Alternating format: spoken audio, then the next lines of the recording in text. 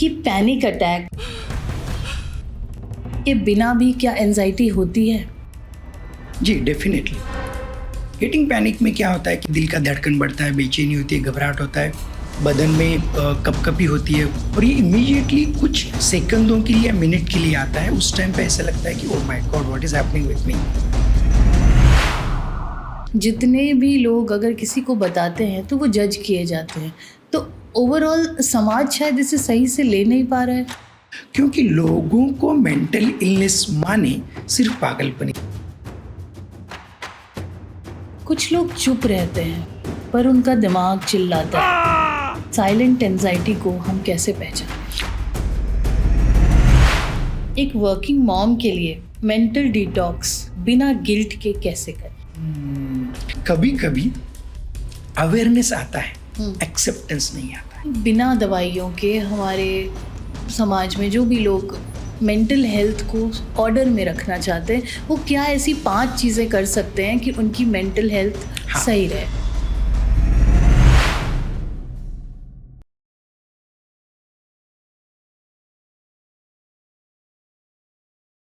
मैं ठीक हूँ पर अंदर से बिखर रही हूँ। ये बात हर एक महिला के मन में कभी ना कभी आ ही जाती है। पर करते क्या है हम? गूगल पे पढ़ते हैं कि क्या है या थेरेपिस्ट के पास जाते हैं। ज़्यादातर हमको आदत है कि हम गूगल पे पढ़ें। अगर इंडिया के स्टैट्स की बात करें तो करीब 15 से 20 करोड़ लोग मेंटल हेल्थ से जूझ रहे हैं। लेकिन मेंटल हेल्थ को एक पागलपन के नज़रिए से देखा जाता है और लोग इसको छुपाते घूमते हैं। मुझे एंजाइटी हो रही है, मुझे डिप्रेशन है, पर मैं किसी को बताऊंगा नहीं। अगर मैं किसी को बताता हूँ तो ये सोचता हूँ कि वो पर्सन किसी और को ना बता दे, तो एक टैगलाइन के साथ बताते हैं कि ये किसी को ना बताना। अगर आप भी अकेले में इस परेशानी से जूझ रहे हैं तो ये एपिसोड आपके लिए है।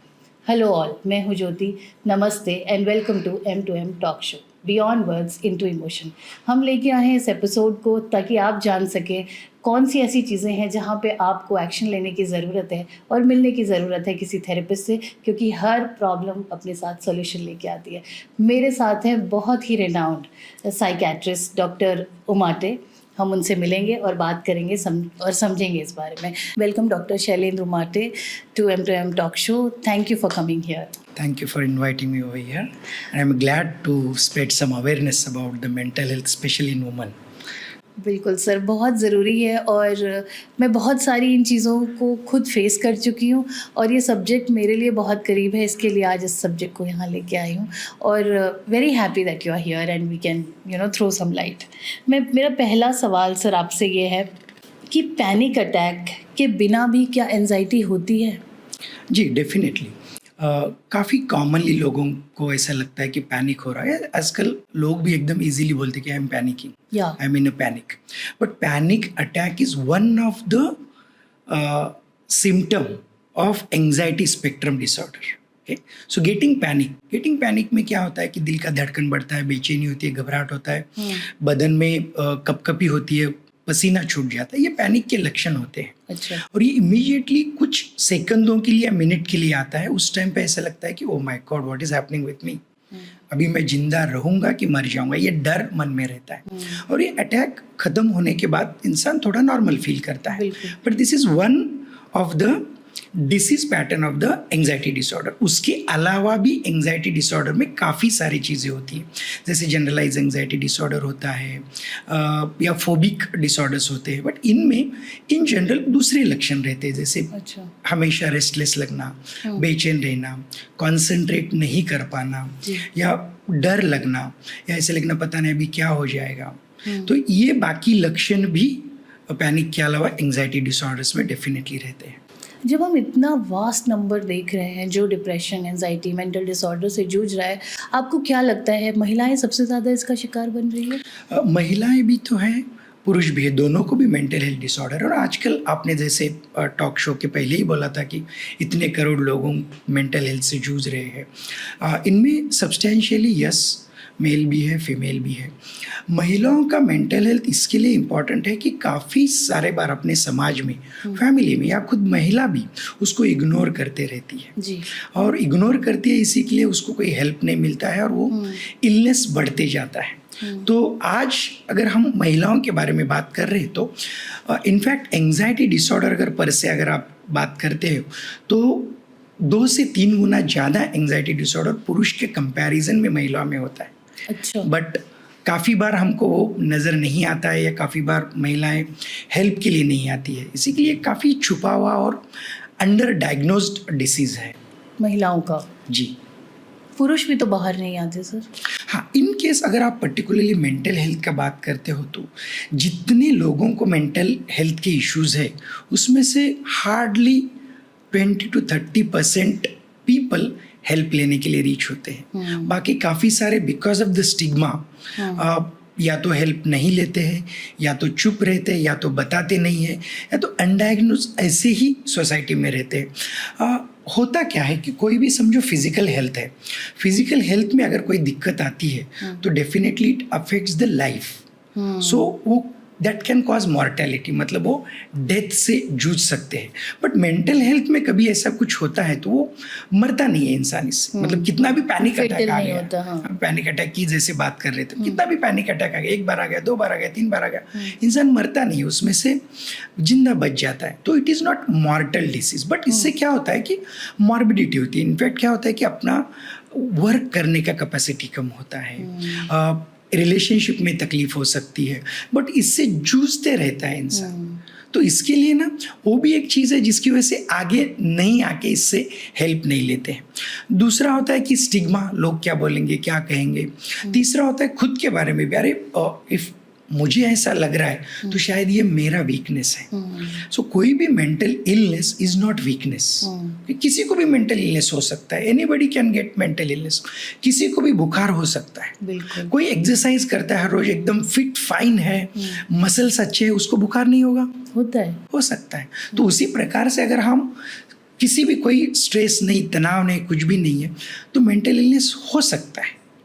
तो ये ऐसा नहीं कि you are not immune to any kind of mental illness. तो वो भी एक रहता है कि मुझे हो नहीं सकता है, या हुआ तो मुझे ही इससे उबरना है, कोई हेल्प नहीं लेना है। ये मिसकंसेप्शन आज समाज में होने की वजह से काफ़ी सारे लोग हेल्प के लिए नहीं आते। पर मिसकंसेप्शन का सर रीज़न भी तो ये है ना, क्योंकि जितने भी लोग अगर किसी को बताते हैं तो वो जज किए जाते हैं।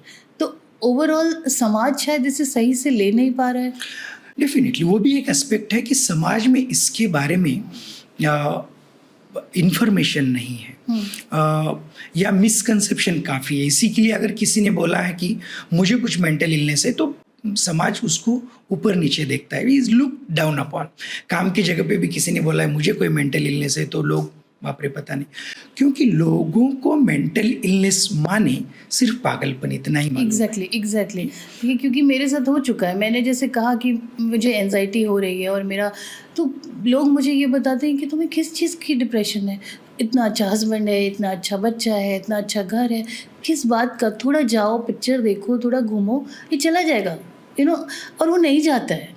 I was just speaking to you before this conversation began कि मतलब मुझे तो 6 महीने आई am at my lowest phases, but समझने के लिए लोग शायद तैयार नहीं है। डेफिनेटली। तो ये पहले एक मिसकंसेप्शन ये है कि ये पागलपन है, but mental health is a spectrum. उसमें anxiety, depression, various kinds of panic, अभी जैसे अपन ने बात किया था, ये इलनेस भी होते हैं जिसमें इंसान रियलिटी से टच में रहता है। जो पागलपन की बात करते हैं लोग, वो रियलिटी से टच में नहीं रहता है। हाँ। तो मेंटल इलनेस सिर्फ वहाँ तक सीमित नहीं है, ये लोगों को जानना बहुत ज़रूरी है। कुछ लोग चुप रहते हैं पर उनका दिमाग चिल्लाता है। साइलेंट एंजाइटी को हम कैसे पहचानें? ये काफ़ी बार ऐसे होता है कि लोगों को कुछ ना कुछ अंदरूनी तकलीफ होते रहती है और उससे कैसे जूझते हैं, उससे कैसे उबरना है, ये उनको समझ में नहीं आता है। तो वो क्या करते हैं कि किसी से बात नहीं करते, चुप रह जाते हैं या बोलते नहीं है। उनके कलीग्स को समझ में आता है कि अरे कुछ तो भी गड़बड़ी है, क्यों चुप रह रहे हो, बात क्यों नहीं कर रहे हो? तो बोलते हैं, एकदम हंस के टाल देते, कुछ नहीं यार, थोड़ा ओके चल रहा है, मैं तो ठीक हूँ, या तो वो डिनाई कर देते कि मैं तो ठीक हूँ, या तो वो टाल देते उस सब्जेक्ट को। अंदरूनी काफ़ी सारी चीज़ें होती हैं, उस साइलेंस में उनको तकलीफ रहती है, उनका मन किसी चीज़ की वजह से जूझते रहता है, स्ट्रगल हमेशा रहता है कि वो स्ट्रगल काफ़ी बार एंजाइटी डिसऑर्डर हो सकता है, काफ़ी बार डिप्रेशन हो सकता है, और उसकी वजह से उनकी एनर्जी ये कम होती है, काम में कंसंट्रेशन, फोकस कैसे करना है वो कम होता है, और ये उनका कैपेबिलिटी ऑफ वर्किंग, जिस तरह से उन काम करना चाहिए वो कम होता है। इसके लिए वो चुपचाप से जूझते रहते हैं। तो कभी भी अगर आपके आजू बाजू में ऐसे कोई आपको लगता है कि ये जूझ रहे हैं, चुप है, या इनका थोड़ा अपीयरेंस बदल रहा है, तो हो सकता है किसी ना किसी मेंटल या इलनेस या डिसहार्मनी या डिस्ट्रेस, हम डिस्ट्रेस भी कह सकते हैं कि किसी ना किसी चीज़ से ये जूझ रहे हैं और इनको हेल्प की ज़रूरत है। तो हमें आगे बढ़ना चाहिए, इनको हेल्प देना चाहिए, या इन लोगों को भी खुद ये जानने की ज़रूरत है कि ये बर्ताव में मेरे चेंजेस है, ये मेरे फीलिंग में चेंजेस है। सपोज मैं आज ऐसे बैठा हूँ, मेरे फेशियल एक्सप्रेशन किसी को कुछ नहीं दिख रहा है, कुछ समझ नहीं रहा है, बट अंदर से I am anxious, I am worried कि क्या हो रहा है। या अभी मेरा ही बात अगर करते हो तो यहाँ पे इंटरव्यू हो रहा है, ये इंटरव्यू कैसे होगा, ठीक तो होगा ना, अगला क्वेश्चन क्या रहेगा, ओ माय गॉड, मैं बात कर रहा हूँ लेकिन number of thoughts are going on in my mind. So अब ये नंबर ऑफ थॉट्स क्या करते हैं, मेरे ये काम से मुझे डिस्ट्रैक्ट करेंगे, मेरा फोकस यहाँ पे नहीं है, मेरा पूरी तरह से मैं ये जो काम करूँगा उसमें पूरी तरह से एनर्जी नहीं दे पाऊँगा। सो ये डिस्ट्रैक्शंस मन में चलते रहते। अगर ऐसे डिस्ट्रैक्शन चलते हैं तो डेफिनेटली एक पॉज लेके अपने को इसके ऊपर सोच विचार करना है, क्यों हो रहा है, इसमें कुछ सॉल्यूशन हम निकाल सकते हैं क्या, अगर सॉल्यूशन खुद नहीं निकाल सकते हेल्प ले सकते हैं क्या, या एक कोई ये बीमारी है क्या, ये जान लेना बहुत ज़रूरी है।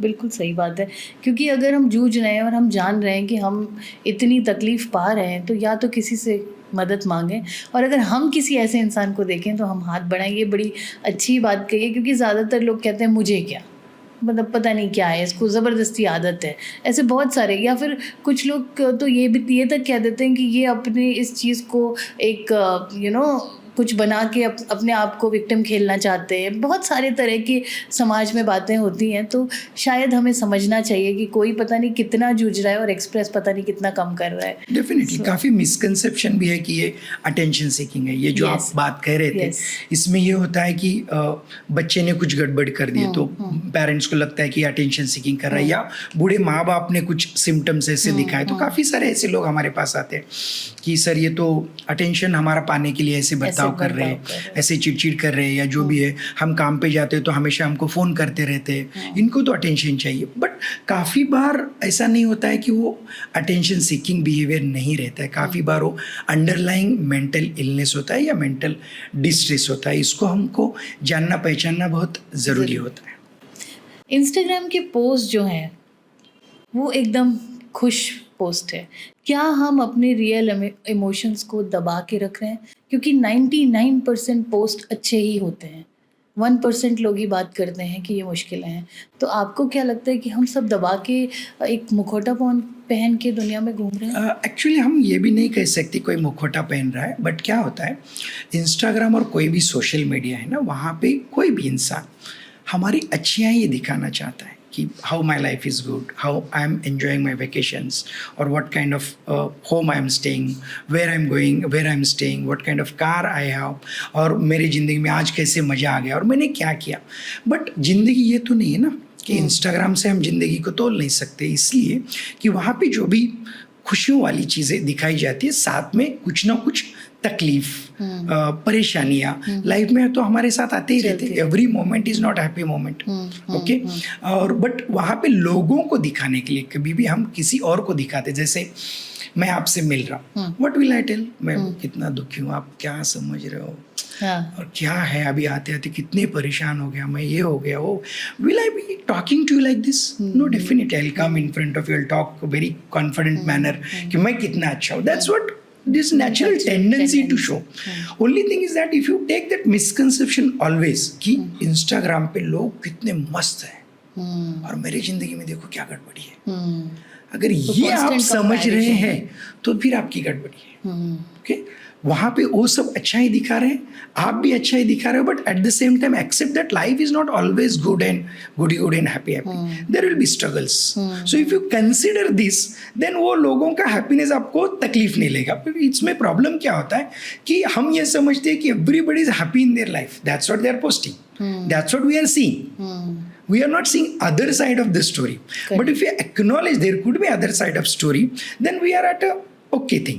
कि हम वो जान सकते हैं कि ओके लाइफ है, ये यहाँ पे चल रहा है, बट साथ में स्ट्रगल्स भी है. तो क्या होता है कि देन अपने को रियलिटी पता चलता है. नंबर 1. नंबर 2 क्या होता है कि काफ़ी सारे लोगों को भी जैसे हमको ऐसा लगता है कि अरे मैं suppose I am at disheartening position today, मुझे अच्छा नहीं लग रहा, मुझे खुशी नहीं लग रहा है, and then I am seeing Instagram पे मुझे लग रहा है क्या मजा चल रहा है लोगों का. ओके, मैं दुखी हूँ, या तो मैं ये बोलूँगा कि अरे क्या कुछ भी बोलते हैं, आई विल से दैट, या तो मैं बोलूँगा कि क्या मजे चले और मेरी लाइफ देखो, I will compare. So it depends on your own mind set. If you think that कि okay उधर एक चल रहा है but life is not like that, if you keep this mindset then you will be happy. You will not have that mask. Correct. मैं ज़्यादातर females के साथ काम करती हूँ, रनिंग द कम्युनिटी, और मदर्स से बात करती हूँ. मैंने ये सवाल कई बार सुना है या उनकी फीलिंग्स कई बार सुनी है कि सब कुछ अच्छा चल रहा है बट कुछ तो मिसिंग लगता है, कुछ तो ऐसा लगता है कि कुछ महसूस नहीं हो रहा है कि सब कुछ सही चल रहा है. ये क्या इमोशनल फटीग है और beginning of any mental disease है या ये नॉर्मल है? It is very important stage. क्या होता है कि as a mother, as a lady, she is there at home, she is doing all the work, probably if she is working, वो काम भी कर रही है, घर भी संभाल रही है, बच्चों को भी संभाल रही है, हस्बैंड संभाल रही है, या तो घर का काम खुद कर रही है, जो मेड्स आ रहे हैं उनको भी संभाले, तो मल्टी टास्किंग चालू है. अभी ये मल्टी टास्किंग इतना रूटीन होता है कुछ सालों के बाद, everything is going on at the background, मतलब तुमको एक्टिवली कुछ नहीं कर रहे ऐसा होता है.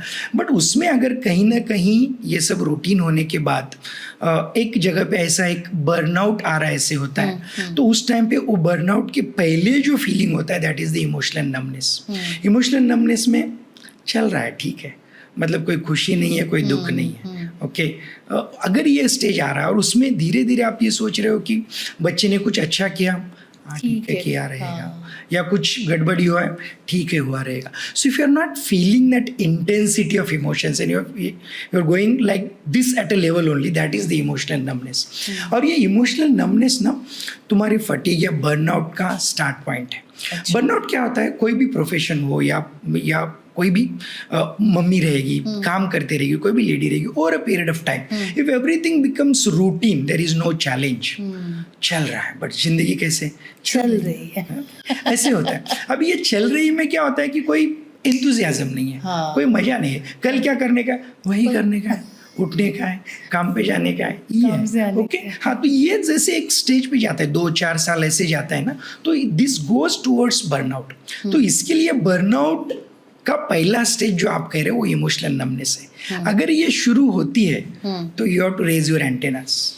अच्छा, वी आर मिसिंग समथिंग, ये ऐसे चल रहा है ना रूटीन, नहीं चलना चाहिए, कुछ तो भी हैपनिंग होना चाहिए. तो करना क्या चाहिए? हाँ, इसके लिए हमको क्या करना चाहिए, डेली रूटीन जो हो रहा है तो हो रहा है, उसके अलावा what can you do? Something new for your kids, something new for your self, something new for your family. Can we start a new challenge? Can we do something else apart from everything is going on well? Okay, उसके आगे हम क्या कर सकते हैं, हमको सोचना ज़रूरी है. मोस्ट ऑफ द टाइम्स क्या होता है कि we go in a circle कि सब चल रहा है ना, तो उसमें ही हम बिजी हो जाते हैं. और वो बिजी इतना रहते हैं कि मॉर्निंग टू इवनिंग तक हमको कुछ अलग सोचने के लिए टाइम ही नहीं रहता है. But if you take little time out, say 5 to 10 minutes, everything is going on smoothly, मस्त चल रहा है, बट मज़ा कहाँ है, एन्जॉयमेंट कहाँ है, नॉवेल्टी कहाँ है. अगर ये थोड़ा हम सोचते हैं तो उसके लिए एक 5-10 मिनट्स अगर हम टाइम निकालते हैं और क्या कर सकते हैं ये सोचते हैं, तो हमको कुछ ना कुछ राह उसमें मिल जाएगा. थेरेपी लेने वाले पागल नहीं होते, तो इतना डर क्यों है? Again stigma. Okay, at least nowadays I can see lots of things on Instagram. People are going for therapy का रील्स है, या लोग स्टोरीज है, थेरेपी करवा रहा हूँ, I met my therapist, this that. कई बार मुझे ऐसा लगता है थोड़ा स्टाइल स्टेटमेंट भी हो रहा है कि मैं थेरेपी में हूँ. ओके, यस, तो एक पॉजिटिव बात है, थेरेपी लेना तो ज़रूरी है. क्या होता है कि थेरेपी के बारे में भी काफ़ी मिसकंसेप्शंस है. मिसकंसेप्शंस ये है कि थेरेपी ले रहा हूँ मतलब मेरे पास प्रॉब्लम है. ओके, मेरे पास प्रॉब्लम है मतलब मैं कमज़ोर हूँ. Okay, see, who doesn't have a problem? Everybody has a problem. From morning when you start, there is some or other problem. Correct. You struggle with the problem, you get a solution, you come out of it. Sometimes what happens कि हमारे पास problem को हम struggle करते हुए भी solve नहीं कर पाते. That could be daily routine वाला प्रॉब्लम है, घर वाला प्रॉब्लम है, काम की जगह वाला प्रॉब्लम है, या मेंटल हेल्थ इश्यूज है. अगर इसके बारे में हम किसी से बात कर रहे हैं, कोई सॉल्यूशन ले रहे, तो उसमें दिक्कत क्या है. नाउ ऑलवेज क्या है कि वो थेरेपी जो होता है ना, थेरेपी सेटअप है. मतलब चलो आ रहे आप थेरेपिस्ट के पास, sometimes your therapist is your good friend. You go to your friend, you talk some of your problems, you feel okay, I got a solution. That's better. Sometimes the therapist your own family members, your husband, okay, your brother, your sister. So उनसे हम बात करना जरूरी है. अभी क्या होता है कि suppose I am attached to one of my family member, so I feel like to talk to him और हर. ओके, अभी if I am not attached, so what I will feel, अरे मैं बोलूँ तो कैसे बोलूँ, क्या समझेंगे. ओके, जहाँ पे मेरा अटैचमेंट है, नहीं, ही और she will understand me, it's okay to talk. So ये घर वालों के बारे में होता है. बट क्या होता है कि therapist as they are professional, they are unbiased, कि whatever you say they will take it with yes, you are suffering this, and then how we can come out with the solution. So most of the time they are non-judgmental. That is very important point. They don't judge you. So वो अगर होता है तो क्या होता है कि अरे some people listening to me, probably giving me a solution. तो ये होता है. तो अभी ये थेरेपी में होता है, और ये therapy not just for the problems. Some people come to us just for their increasing their performance. In fact, I have some Patients. no, we cannot call them as a patient. These okay. people as a clients. Clients, Okay, they are excelling in their sports. अच्छा. They are doing topper 1 or 2, but then remaining topper is the choice. So how I am going to remain the topper? What mindset I should keep to be a topper? अच्छा, उसके लिए आते हैं. That is the training for them. So they are not struggling with the problem. Okay, so many of the times the therapy is not just for the problem. Therapy is for excellence also. So if these people can understand, then there will be no stigma. I never knew this part कि therapy is for excellence also. Yes. So yeah, एक working mom के लिए mental detox बिना guilt के कैसे करें? अभी क्या होता है, as if you're talking about the point of guilt and mother, okay, most of the times what I have seen in our culture, mother is full of responsibilities. Yes. And that full of responsibilities especially towards her kid. In general, अभी अपने समाज में हम देखते हैं, बच्चा हुआ 2 साल का हुआ, 4 साल का हुआ, सबसे पहले घर में स्ट्रगल शुरू होता है, बच्चों को कौन देखभाल करेगा. और वो शुरू होने के बाद लगता है कि अरे मॉम अभी तेरा जॉब है ना, छोड़ दे बच्चों के लिए. तो इनका ख्याल रखते हैं, और most of the moms job छोड़ते हैं, और उनका पूरा life they revolve around the kids. They start, I mean उनका स्कूल है, जो भी चीज़ें, सब कुछ वर्क है, वो देखते रहते हैं. वो फिर बच्चा बढ़ते रहता है, तो उनका लाइफ ये मदर का है ना, revolving around the kid, revolving around the kid. So what happens कि mother left the job, left the career, at home and revolving around the kid. So उसका क्या होता है कि मेरे लिए मेरा बच्चा ही सब कुछ है. ओके, अभी ये जो सब कुछ होता है ना, तो वो उसका मिसकंसेप्शन, उसका इरेशनल थॉट हो जाता है.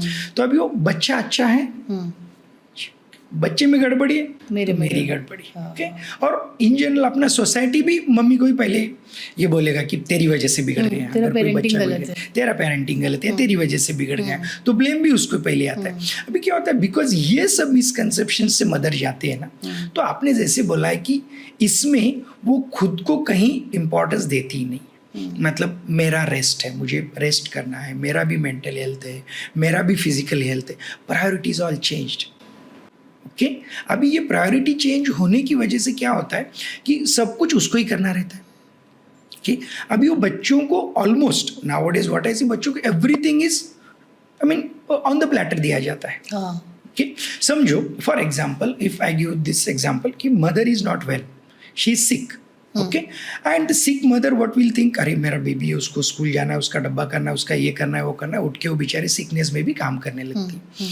She doesn't take help, she doesn't bother about her own health, self, हाँ. then that is the problem. So there the guilt comes कि अरे मैं नहीं करूँगी तो कौन करेगा, फिर क्या होएगा.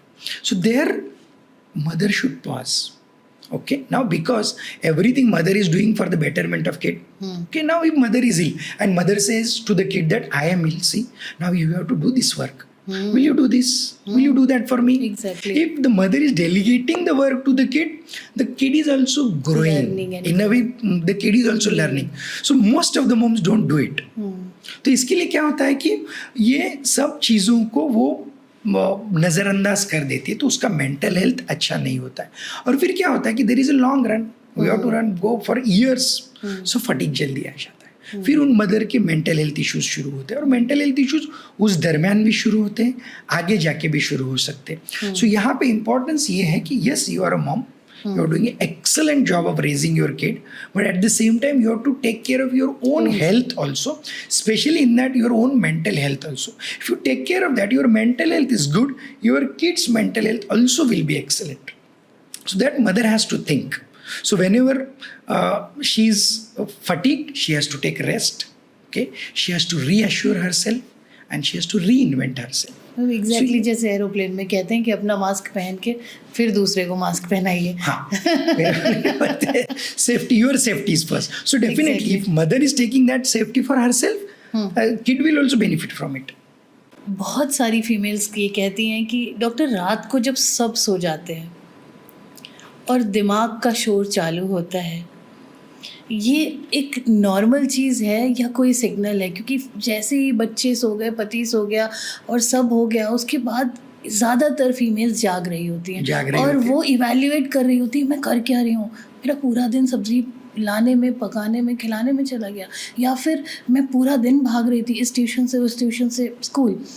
तो वो जो उस समय जो दिमाग जो रेस्टलेस होता है, ये क्या कोई सिग्नल है या ये नॉर्मल है? उसका एक फ़नी चीज़ ऐसा भी है कि सब सोने के बाद जब वो शांत होती है तो दिमाग में ऐसे सब चल बिचल चालू होती है. तो आजकल बहुत सारे मॉम्स रील्स देखते रहते हैं टू डाइवर्ट देमसेल्फ. ओके, ये भी एक फ़नी चीज़ करते हैं जिसकी वजह से उनकी नींद भी खराब हो जाती है. Definitely this is very serious point. क्या होता है कि दिन भर हम काम करते रहते, छोटी छोटी स्ट्रगल्स दिन के होती रहती है, but because of that you are occupied, preoccupied throughout the day. आपका किसी कुछ चीज़ों में जो इम्पॉर्टेंट है, जिसकी वजह से आपको एंग्जाइटी होती है, ध्यान नहीं जाता है. But once you are done throughout the day, now you are sleeping, तो वो छोटी चीज़ें याद आती है. अरे बच्चों के होमवर्क का क्या रहेगा, घर के अपॉइंटमेंट्स का क्या रहेगा, फिर पति का क्या रहेगा, छोटी चीज़, अरे नया चीज़ तो ये खरीदना है. So some things come in mind. Okay, now this is very normal phenomena. अच्छा, क्या होता है कि कुछ ना कुछ जो दिन भर हम चीज़ें सोचते नहीं है, जिसके लिए हमको टाइम नहीं मिलता, तो उसके बारे में हमको सोच विचार आते हैं. सोच विचार आने के बाद वो उतनी एंग्जाइटी क्रिएट नहीं करती. तो हम सोचते सोचते सो जाते. तो बहुत बार लोग बोलते हैं कि अरे इतने सोचते हैं कि समझ में नहीं आता है, और नेक्स्ट डे याद भी नहीं रहता है कि क्या सोच रहे थे. बट कभी कभी क्या होता है कि ये सब जो सोच विचार रहते, they are very anxiety provoking. Oh my god, what will happen, मैं कर पाऊंगी, मेरे से होगा या नहीं होगा. काफ़ी सारे एंग्जाइटी होने की वजह से ना नींद डिस्टर्ब होती है. कभी कभी छोटी मोटी एंग्जाइटी रहती है कि कल नंबर ऑफ चीज़ें क्या करना है 1 to 10, उसका लिस्ट बनाते पहले ये करना है, वो करना है, वो करना है, ऐसे सोचते हैं, और उसको कैसे हैंडल करना है ये भी सोचते हैं और सो जाते हैं. तो थोड़ा एंग्जाइटी होता है, but you are preparing yourself for next day और स्लीपिंग कंफर्टेबली. समटाइम्स वो प्रिपरेशन होता नहीं है, तो एंग्जाइटी बढ़ जाती है. एंग्जाइटी बढ़ जाती है तो उससे क्या होता है कि नींद नहीं आती, या अच्छी नींद नहीं होती है, डिस्टर्ब नींद होती है, सुबह फ्रेशनेस नहीं लगता है. तो इस प्रकार से अगर हो रहा है तो that is not a normal. Okay, if your sleep is disturb, that is not a normal. तो स्लीप सबसे बड़ी चीज़ है देखने के लिए, अगर बात हम डिप्रेशन की, एंजाइटी की, किसी भी चीज़ के लिए, किसी भी मेंटल हेल्थ इशू के लिए, अगर रात को सोच विचार आ रहा है और आपका डिस्टर्ब स्लीप है, so that is a signal that you should take help. It could be some signs of anxiety, depression और mental health issues which are major और minor. Correct. I think very important point कि हमें देखने की ज़रूरत है कि हमें रात को नींद नहीं आ रही है, तो either we evaluate, we work on our sleep patterns. Maybe हम जल्दी सोएं, स्क्रीन ना देखें, जैसे आपने कहा कि जब हम फ्री हुए, एक तो हम ऑलरेडी एंग्शियस हैं और फिर हम फ़ोन चालू कर देते हैं कि रील्स देख के हम शायद हमारा मन बेटर फील करेगा शायद, पर हम वहाँ से और कुछ ले आते हैं जी जैसे आपने कहा। एक चीज़ होती है कि जैसे एज फीमेल्स हम इतना कुछ करते रहते हैं, रेगुलरली भागते रहते हैं जब बच्चे बड़े हो जाते हैं, लेकिन जब बच्चे छोटे थे, मतलब अभी तो हम चलिए कर रहे हैं क्योंकि बच्चे बड़े हो गए, उतनी रिस्पॉन्सिबिलिटी, जब बच्चे छोटे होते हैं, न्यू बॉर्न होते हैं, तो ज़्यादातर मदर्स में देखा गया है एक चिड़चिड़ापन, एक घबराहट, एक बात बात पे रो देना, जिसको घर वाले शायद समझ ही नहीं पाते, जिसको पोस्टपार्टम डिप्रेशन के नाम से कहा गया है। तो आपके हिसाब से सच में होता है कि ये एक सोसाइटी का बनाया हुआ नाम है? जी, 2-3 चीज़ें हैं इसमें इम्पॉर्टेंटली। क्या होता है कि if mother is working and she is overwhelmed because of the many things, okay, जिसकी वजह से उसका ब्रेकडाउन्स हो रहा है, एंग्जाइटी हो रही है, या स्लीप में इश्यूज आ रहा है, या चिड़चिड़ापन बढ़ा है। दैट चिड़चिड़ापन हस्बैंड के प्रति हो, या बच्चों के प्रति हो, या इन लॉज के प्रति हो, या घर में ही हो इन जनरल। सो ये कहीं ना कहीं मेंटल हेल्थ इश्यूज दर्शाता है। अच्छा, इसके लिए हमको उनको इवेल्युएट करके, बात करके देखना है कि क्या गड़बड़ी हो रही है। या तो ये ओवरलोड है, ज़्यादा काम करके they are not able to maintain everything properly, somewhere mismanagement is there and it is taking a toll on the mental health, so we have to prioritize that, क्योंकि अगर वो गड़बड़ी हो गया तो जो जितना भी हो रहा है वो सब कुछ गड़बड़ हो सकता है। वेरी इंपॉर्टेंटली सेकेंड इम्पॉर्टेंट इसमें ये है कि जैसे आपने पोस्टपार्टम के बारे में कहा था कि मोस्ट ऑफ द टाइम्स क्या होता है कि जैसे बेबी डिलीवरी होता है, बेबी डिलीवरी की 1 मंथ से 6 मंथ तक, ये जो पीरियड को हम पोस्टपार्टम पीरियड कहते हैं, तो उस दरम्यान में काफ़ी सारे मदर में चेंजेस आते हैं। और वो चेंजेस होते हैं कि सबसे पहले तो बेबी हुआ है, बेबी का मैं ख्याल रख पाऊंगी कि नहीं, बेबी को अच्छी तरह से मैं रेज कर पाऊंगी कि नहीं, will I be a good mother और नॉट, या छोटी छोटी चीज़ें, बेबी के जो केयर्स है, बेबी तो बोलेगा नहीं ना, वो तो रोते रहेगा, तो क्यों रो रहा है, या उससे मुझे फीड करना है, या उसको कपड़े चेंज करने हैं, उसके सारे बहुत सारे जो रिस्पॉन्सिबिलिटी है वो मुझे कैसे करना है, इस बारे में वो मदर सोचते रहती है। और ऊपर से समाज भी बताता रहता है, अरे तुमने ऐसे कर दिया, तुमने ऐसे कर दिया, तो वो भी तो एक घबराहट बन जाती है। हाँ, कुछ लोग अगर हेल्प करते हैं तो ठीक है, या कुछ लोग टोकते भी रहते हैं, बट मदर को मालूम ही नहीं रहता है कि कैसे सही क्या है, गलत। तो ये कभी कभी ये जो सोच विचार शुरू होते हैं बेबी के बर्थ के बाद, बट ये सोच विचार के साथ में the mother is able to manage it, और वो इंटेंसिटी ज़्यादा नहीं रहती। अच्छा। जिसको हम पोस्टपार्टम ब्लूज कहते हैं। अच्छा। जो कुछ दिनों तक रहता है, उसके बाद अपने आप ठीक हो जाता है। ओके, बट कभी कभी ये सिम्टम्स ज़्यादा इंटेंसिटी में रहते हैं, जिसकी वजह से मदर को नींद नहीं आती है, खाना नहीं खा पाती है बराबर से, चिड़चिड़ापन बहुत ज़्यादा होता है, इस हद तक कि हेल्पलेस, होपलेस ऐसे महसूस करती है। रोना तो कंटिन्यूअसली चालू रहता है। हाँ, मैं क्योंकि कुछ ऐसी महिलाओं से मिली हूँ जो मुझे कहती है कि ज्योति, मेरे डिलीवरी के बाद मैं अपने बच्चे से अटैच ही नहीं हुई, मुझे मन ही नहीं करता था, मुझे लगता था क्या ही मेरी ज़िंदगी में कोई ये बच्चा ले जाए, मतलब मैं कैसे इसको टेक केयर करूं, मुझे समझ नहीं आ रहा, मेरा खुद का बॉडी ही साथ नहीं दे रहा है। तो पहले सिम्टम्स आते हैं खुद के बारे में कि I am helpless, hopeless, I can not do anything, ये लक्षण जो होते हैं, उसके बाद बेबी के बारे में सिम्टम्स आते हैं, क्योंकि फिर गिल्ट आता है ना कि मैंने क्यों बर्थ दिया है, मैं इसको समझ में नहीं पाऊंगी, रेज नहीं कर पाऊंगी, नहीं होता तो अच्छा है। उसके बाद ये सीवियर होने के बाद कभी कभी सुसाइड की सोच विचार आते हैं। अच्छा, that level, it is very serious issue and many people don't understand this. Okay, so इसमें ये सब जो होता है, हेल्पलेस होपलेस के साथ सुसाइडल आइडिएशन तक जो होता है, ये पोस्टपार्टम डिप्रेशन है, जिसको हम कभी भी लाइटली नहीं लेते हैं, and it has to be treated. और लोगों को ऐसे लगता है कि नहीं, ये पोस्टपार्टम में ऐसे ही हो रहा है, मोस्ट ऑफ द टाइम्स ये हार्मोन्स की वजह से होता है, क्योंकि पोस्टपार्टम में इतने स्त्री के शरीर में हार्मोन्स चेंज होते हैं, वो इतने सीवियर डिप्रेशन में चली जाती है। इसके काफ़ी सारे कभी रीजंस होते हैं, काफ़ी सारे नहीं होते हैं, बट इसको नज़रअंदाज नहीं किया जा सकता है। बहुत ही ज़रूरी है पोस्टपार्टम का, अगर कोई भी हमारे घर में है या हम किसी को जानते हैं, देख रहे हैं, तो मदद करनी चाहिए और उनको शायद किसी एक्सपर्ट के पास ले जाएं, डेफिनेटली ले जाना चाहिए। तो फिर शायद वो बेटर तरीके से अपनी अपब्रिंगिंग भी कर पाएंगे, क्योंकि गिल्ट और एंजाइटी सब कॉन्स्टेंटली उनको बीच में फंसे हुए हैं, ऐसा हो जाता है। जी जी। पतिदेव, बच्चे, घर के हेल्प, सब पे गुस्सा करते जा रही हूँ क्या ये हार्मोन है या दिमाग का ओवरलोड? हाँ, अभी क्या होता है, जैसे अपन थोड़ी देर पहले ही डिस्कस कर रहे थे कि how a woman is doing a multiple roles, okay, multiple roles as a wife, mother, घर की एक मेन मेंबर, या शायद उसके इन लॉज है या नहीं है, या eight the same time if she is a working woman, working mother, तो सब रोल्स उसको करना है. अभी सब रोल्स करने में she is juggling, she is doing a job, the stress at the job place अलग है, वहाँ पे उसका वर्कलोड अलग है, घर का वर्कलोड अलग है, फिर घर पे से उसको कोई हेल्प भी नहीं है. तो ऐसे टाइम पे क्या होता है कि बहुत ज़्यादा वर्कलोड होने की वजह से कहीं ना कहीं कुछ ना कुछ तकलीफें आ जाती है. Some things they may not be able to manage it properly. The moment कुछ मैनेजमेंट प्रॉपर नहीं होता है तो वो खुद को ब्लेम करती है या कोई और ब्लेम करता है उसको, कि तुम काम बराबर नहीं करे. सपोज काम की जगह पे you are not working well, ये क्या है, दैट टाइम वो थिंकिंग यार मैं घर भी है, ये भी है, या क्या क्या करूँ. तो ये कभी कभी ओवरलोड भी हो जाता है. ओके, ओवरलोड मैनेज नहीं कर पाते, और वो यूजुअली ओवरलोड, स्ट्रेस, इसकी वजह से मेंटल हेल्थ इश्यूज शुरू होते हैं.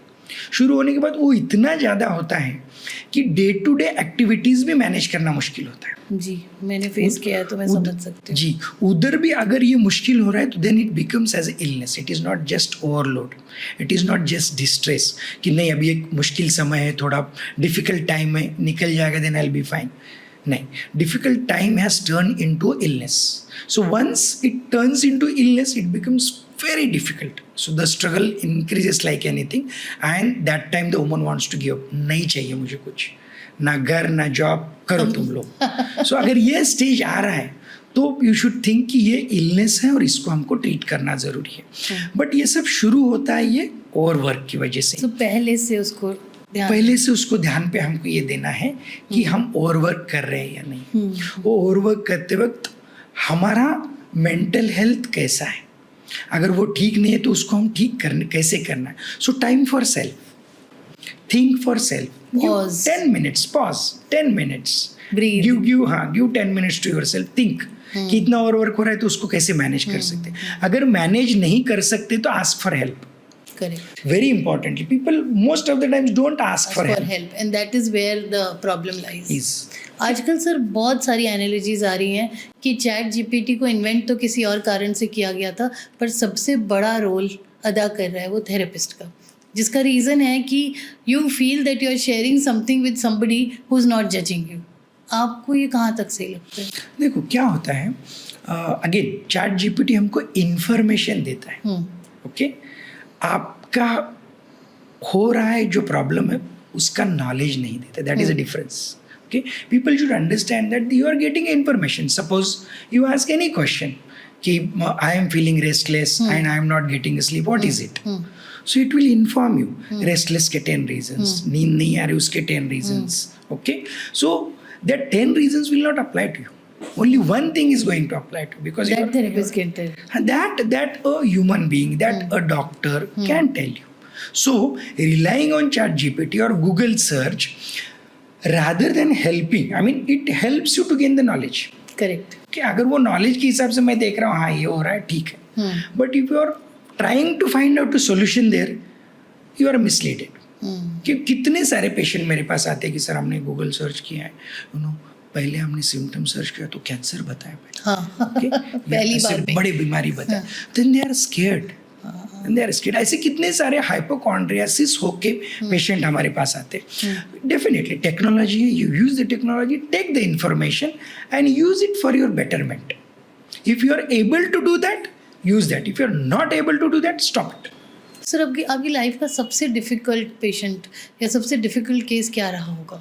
देखो काफ़ी सारे डिफ़िकल्ट पेशेंट होते हैं.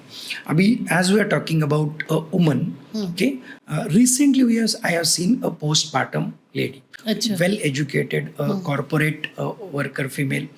Definitely she was showing all signs of depression and she had come to me for a expert advice and whatever. So I diagnosed her, this is a depression, and if you take medicines it will help you immensely. You will be able to take care of yourself, your baby. Then of course there is a lot of misconception.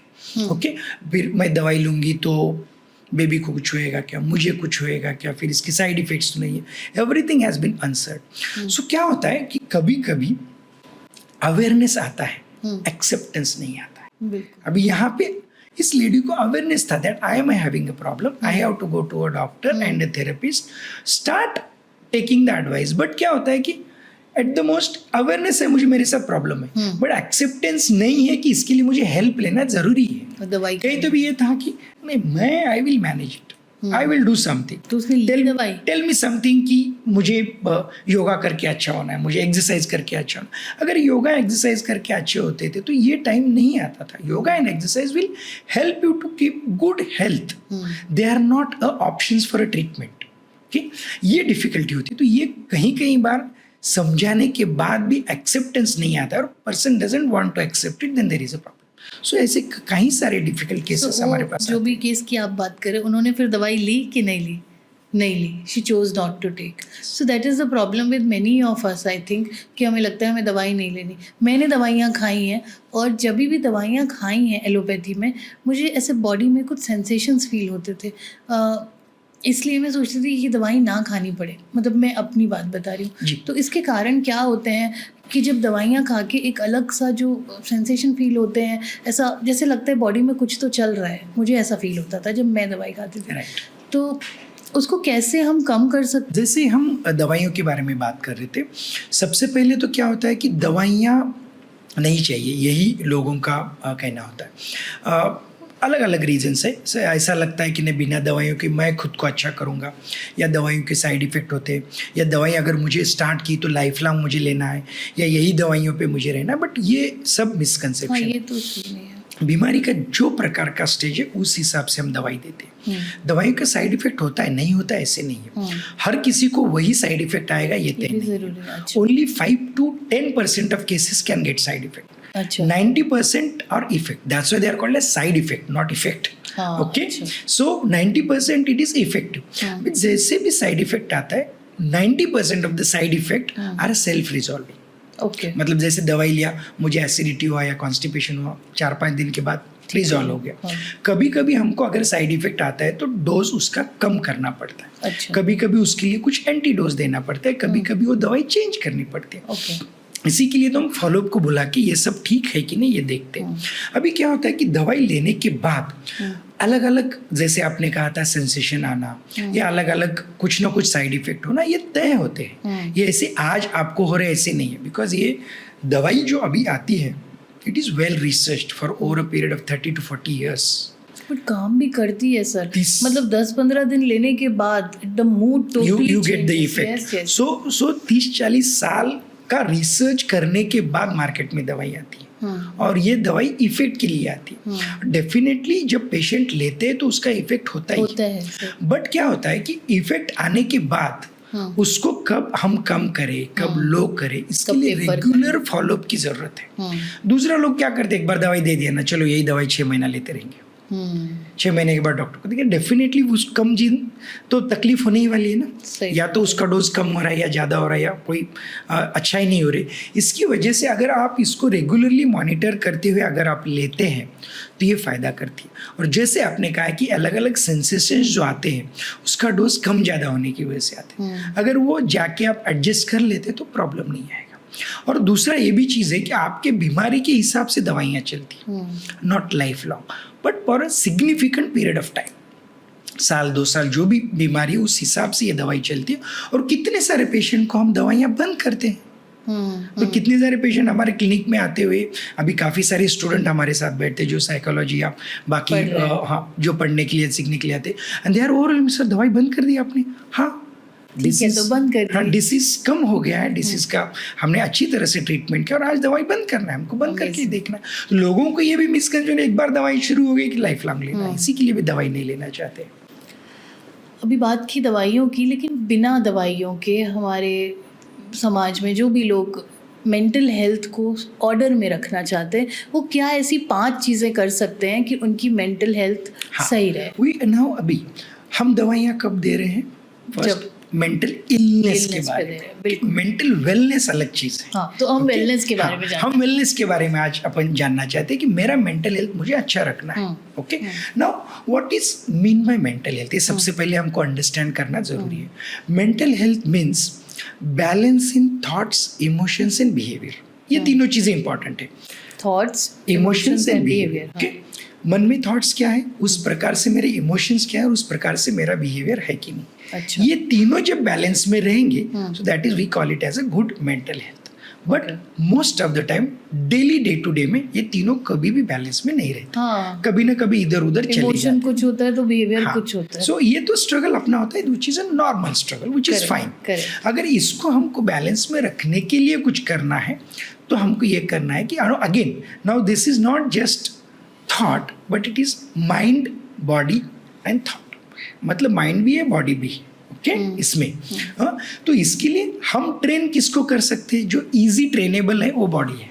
अच्छा. Okay, so mind काम रखने के लिए हम शरीर को काम करने का एक्सरसाइज पहले दे सकते हैं. हाँ. जो योगा, मेडिटेशन, प्राणायाम या एक्सरसाइज है. अच्छा, बॉडी एक्सरसाइज करेगी तो पहले ही माइंड कंट्रोल हो जाएगा. क्योंकि बॉडी जब शांत रहता है, there is no anxiety in the body, there is no palpitations in the body, body is calm. when it is calm, when you are meditating. So once body is calm, your mind is also calm. अच्छा. So ये एक हम अच्छा mental health रखने के लिए definitely कर सकते हैं. Any type of physical activity. Yes. Okay.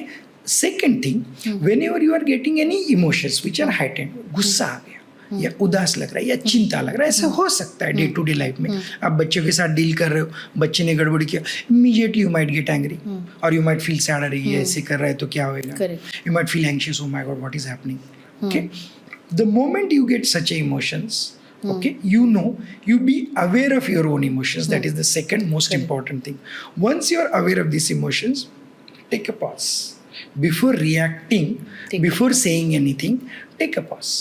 Pause करके once again you calm down, then probably you are able to give appropriate reaction. For example, your child had broken something.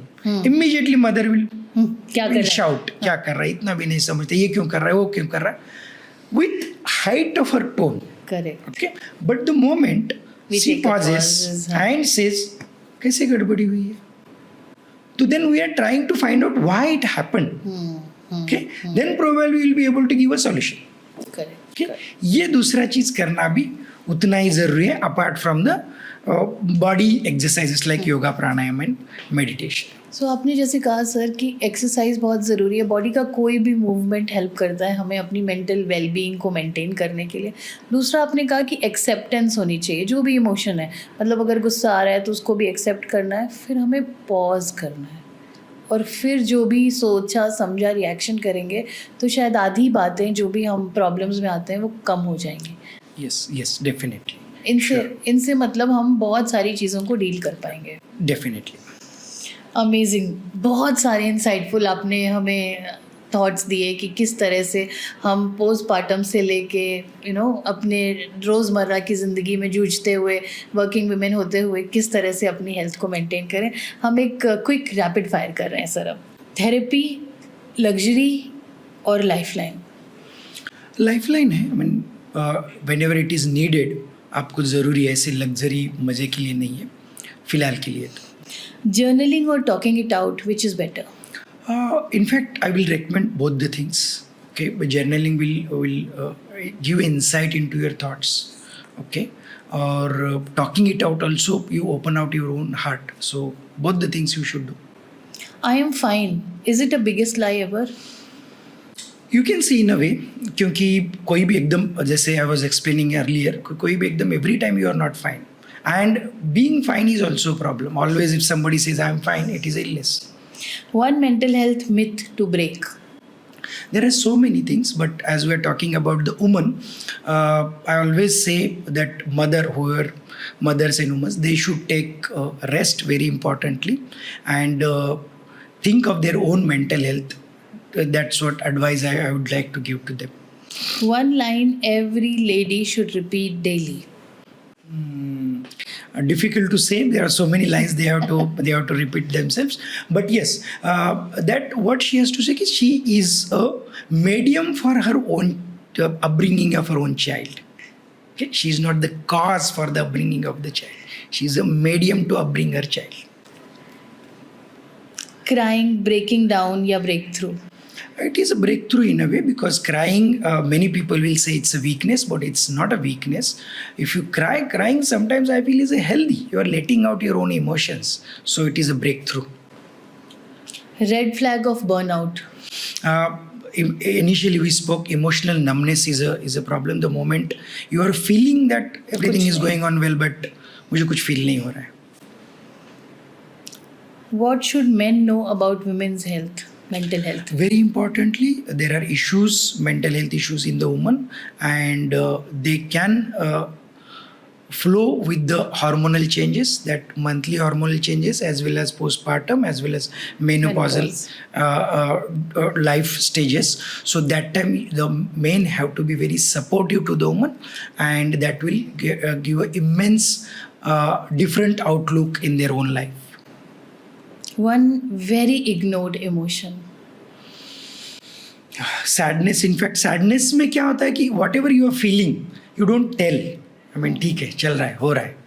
Therapy as a victim. हाँ, most of the times ऐसे बोलता है कि लोग doctor के पास जब लेके आते हैं तो ये होता है कि नहीं, ये अटेंशन सीकिंग है या इसको कोई तकलीफ ही नहीं है, आप इसको सुधारो इस टाइम पे. ऐसे नहीं होता है कि we have to go into the root cause whatever it is and then accordingly give the therapy. Everything is not attention seeking. Sometimes you have to give ear to unnecessary complaints also. Brilliant. Thank you so much, Dr. Umesh. Thank you. So, thank you everybody for listening. I think doctor Umate ने बहुत सारे myths break किए, बहुत सारे thoughts बताए, और सबसे ज़्यादा ये बताया कि कैसे हमको रेस्ट करना ज़रूरी है, पॉज करना ज़रूरी है. जितनी भी मदर्स हमें सुन रही हैं, जितनी भी विमेन हमें सुन रही हैं, आप भागते भागते कभी रुकिए, डीप ब्रीथ करिए, उस टाइम में रिफ्लेक्ट करिए और उसके बाद वापस शुरू करिए. आधी समस्याएं तो वहीं ख़त्म हो जाएंगी. बहुत शुक्रिया देखने के लिए M2M टॉक शो पे हमें. मैं ज्योति डॉक्टर उमाटे के साथ लॉग आउट करती हूँ अभी, और हम फिर आएंगे ऐसे बहुत सारे इंसाइट्सफुल एपिसोड्स के साथ. आप बताते रहिए हमें कमेंट्स में कि आप क्या देखना चाहेंगे. लाइक, शेयर और सब्सक्राइब करना ना भूलें. और अगर आपके आसपास कोई ऐसा है जो इन परेशानियों से जूझ रहा है, ज़रूर भेजें उसको इस एपिसोड को. Thank you very much.